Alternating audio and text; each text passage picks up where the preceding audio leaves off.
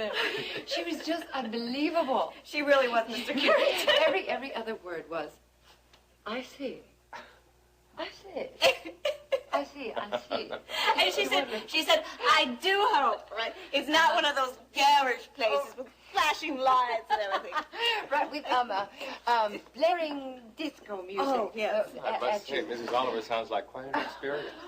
Oh, I haven't laughed so hard in I don't know how long. Oh, the minute she laughed, it was all Nita and I could do for falling down and starting to laugh. Well, she really picked up your mood. Oh, I'm sorry, darling. It must seem a little foolish, but she was rather peculiar. Yes, I gather. Oh, and then she started reminiscing about the good old days when Yves Saint Laurent opened her boutique in Paris. Yes. Yes. And she went on for about 15 minutes. We thought she wasn't going to stop. Well, what about the most important thing? Did she agree to let the Orphans Fund sponsor the opening? Well, she never really gave me a definite answer. She said that she was going to have to go back to the committee and talk to the ladies. Right. I think, though, we pretty much sold her. Yeah, I think so. Oh, but I did the craziest thing out of it. What? Well, you know, she asked me what I was going to call the place.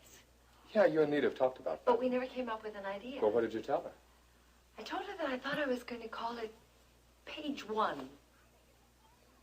I like that. I think it's a great idea. Then Page can hold this whole string of boutiques. Page 1, Page 2, Page 3, and Page... Well, now we have two things to celebrate this evening. Mrs. Oliver's possible backing of the opening and a new name.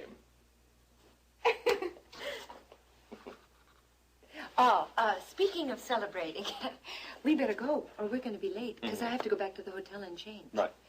Well, you go ahead. I'll close up the shop. Are you sure you don't mind? Oh, it's fine. I got some phone calls to make. You go ahead and have a nice time. Thank you. See you in the morning, all right? Bye-bye. Good night. Here comes trouble. Keep an eye on things in the dining room, Vicky. What are you trying to do to us, Mrs. Wheeler? Lower your voice, Ashley. This is a public place. I want some answers, and I want them right now. You promised to help us, and you never intended to keep that promise. You let Justin walk into that board meeting thinking that he still had a job, that he was going to run the production division, that he had your support, and you never intended to keep it. Ashley, I had no choice. When Grant agreed to take over the company, he did so on the condition that Justin be replaced. Dennis gave his proxy to Grant, and Ryan gave his to TJ. They had the majority vote. There was nothing I could do. You could have warned us. Justin could have been prepared. There wasn't time. Everything happened so quickly. Oh, and I suppose the only person available to take Justin's position is Rena Decker? Grant and Ryan wanted Rena on the board. Oh, and you didn't have anything to say about it. I was outnumbered. What could I do? You've gone against a lot bigger odds than that. It wasn't worth arguing about. Justin's future is nearly destroyed, and you don't think that it's worth arguing about? Ashley, Justin is a very clever man. He has a bright future ahead of him. It's just not at World Oil. Now, when you calm down and give this some thought, I'm sure you'll realize that I'm right. You know what I do realize? That I was a fool to ever trust you. I was a fool to think that you ever cared about me or anybody. I do care about you. Sure you do. When it suits your purposes. When you don't have to go on the line for it. Because when you do, it's goodbye, Ashley. Goodbye, Justin. Goodbye, Mrs. Wheeler. Of course, Rena. I'll tell Jenny that you called. Yes, dear. Goodbye. Hello. Where's Justin? Well, he's down at the stable talking to Guy. Where have you been? Town. What's Justin going to do about a job? Well, he really doesn't have to worry that much about it. He's got enough money saved up that he doesn't have to rush into anything. Oh. Well, are you two planning to stay on out here at the ranch? Why not? He owns 60% of it. But he doesn't want to be a rancher. He wants to be an oil man. Well, he can't drill out here. I own the mineral rights, so what's the point in staying? Because he wants to raise his children out here. Oh, yes. his children.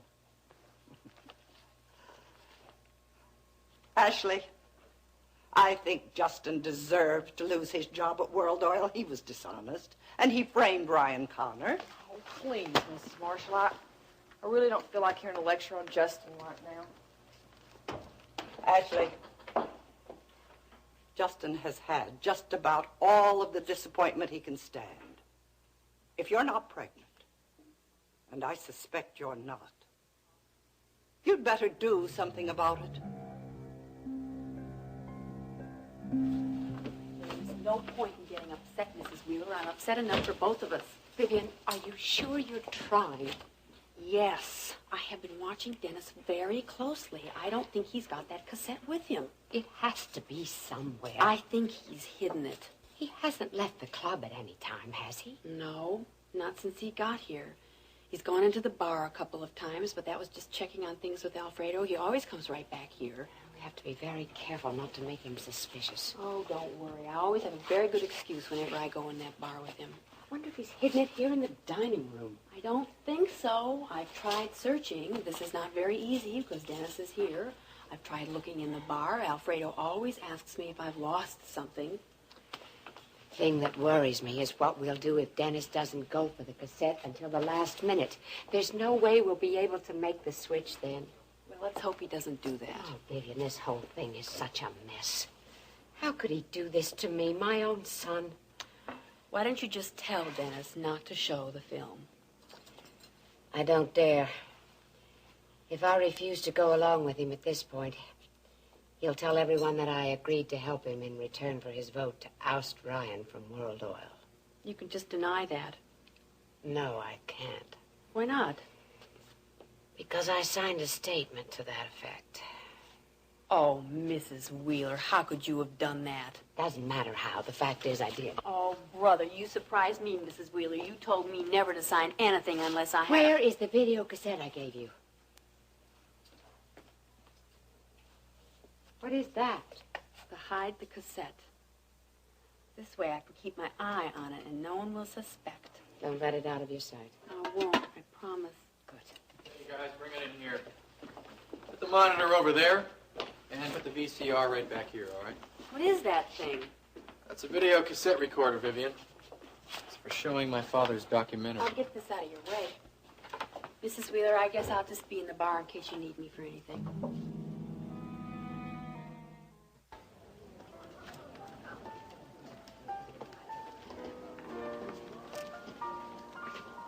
TJ, I don't want to stay. You couldn't wait to leave your parents' house to come to this party. That's because Mama told me that Paige was coming by with Elliot for a drink. You don't get along with Paige?